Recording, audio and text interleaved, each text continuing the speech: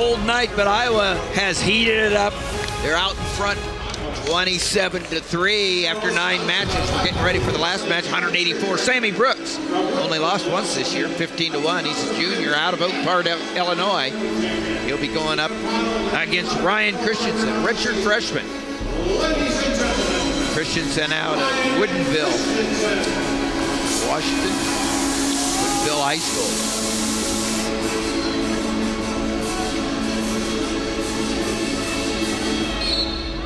And Sammy Brooks this season has just gotten on. To talk about a guy who's got on his offense, and that would be him. In that Oklahoma State meet, went almost exclusively to that single leg there of Christensen's left leg.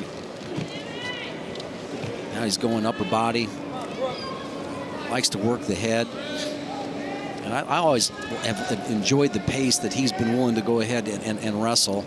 And, you know, sometimes he would, you know, where he's gotten in trouble was maybe untimely big moves, you know, that maybe he got encountered, but it isn't for not a lack of effort or pace. And so he's working that underhook hard and diving in on that leg. Gave up a fireman's carry there.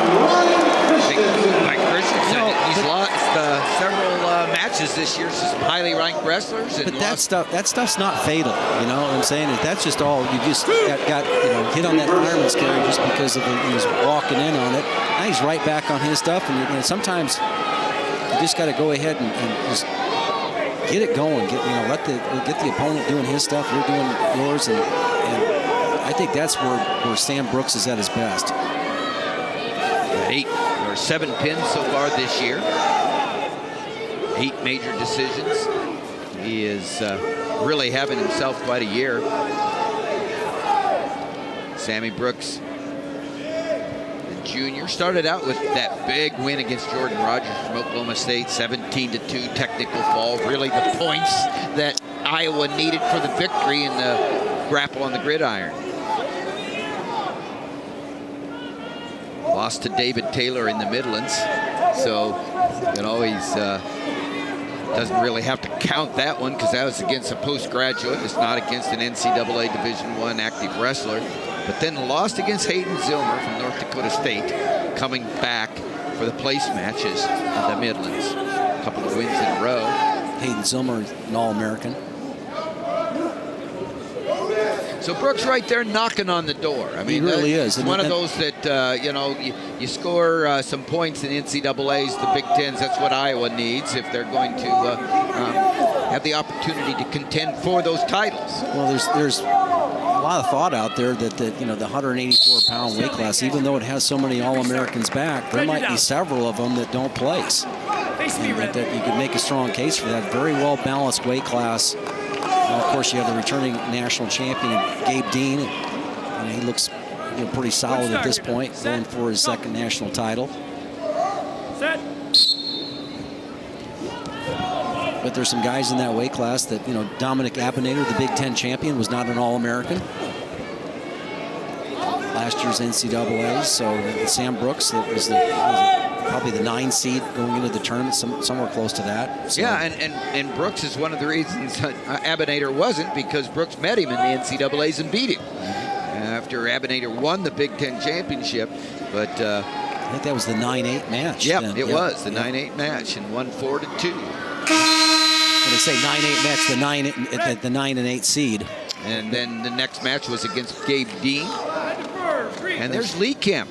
Hall of Famer Lee Kemp, one of the all-time greatest, America's first 3-time world champion, 3-time NCAA champion for Wisconsin, and almost the 4-timer. Lost to Chuck Yeagley in overtime. Yeah, he's really let himself go over the last few years. Yeah, right. Looks good, and of course he's the founder of a nutrition company. And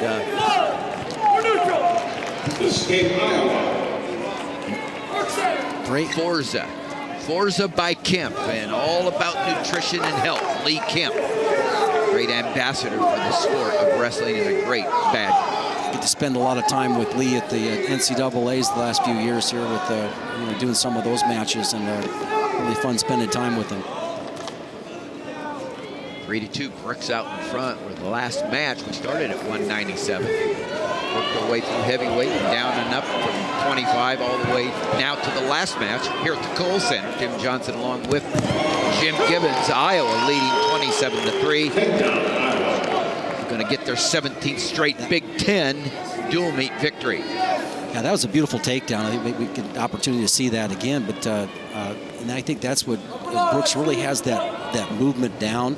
And it's all footwork where he comes up, he drives in and elevates the leg and then sweeps. And then he's also got this side tilt that he's kind of added to his repertoire, using his strength.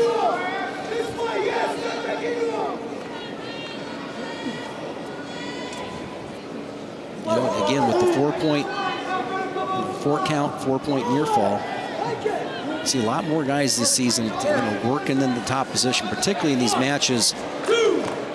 He's going to get a 2 count. 2 points, near fall.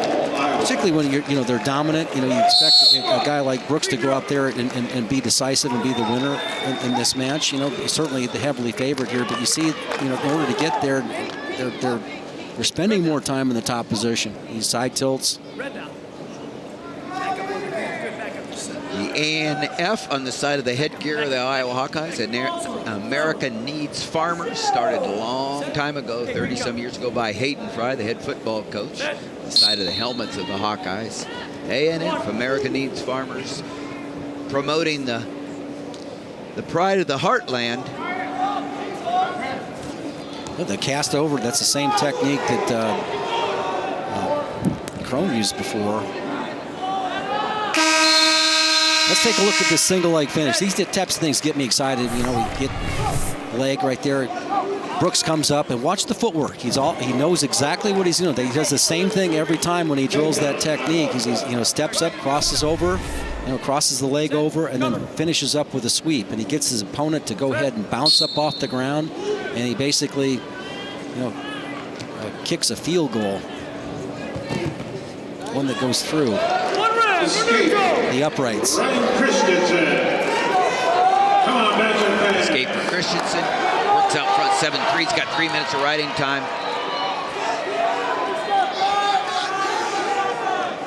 Back in on that leg again. Christensen's kind of spreading out a little bit. But I look for him to go ahead and try to maybe post that right hand on the mat and just continue to come up, because that right ankle is out of reach, but he's going to come around the hip. Maybe the official will give him at that point. He's trying to come around, cover the hips, get those 2 points, and he gets them. Yeah, he reached around. You saw that grip. That we had a great camera angle of it. He was able to go ahead and grip that and then frame it for the official. Again, this stage of the match, in this situation, what do you have to the other side? And you just almost right on cue gave it to me, that double leg, that's roll through there. Got him locked up. Doesn't quite have it. He's got his hand locked on on Christensen's hand. 45 seconds left. That takedown makes it 11-4. Getting back to that, he's shown that single leg a few times, and then when he did that, his head is on the left hip. Then he was able to come to the double leg, which his head is on the right hip. It's just a different look. There it is, come right back to the double leg. Good work. I like that change-up, the technique. You do the same thing over and over and over again, you get predictable. Guys are watching these matches and scouting them. The competition is watching this. So many matches on video now. Brooks after it the whole match. Yep. He wins 13-7 with riding time. 14-6 with riding time. So that's 4 points for the Hawkeyes. Your winner.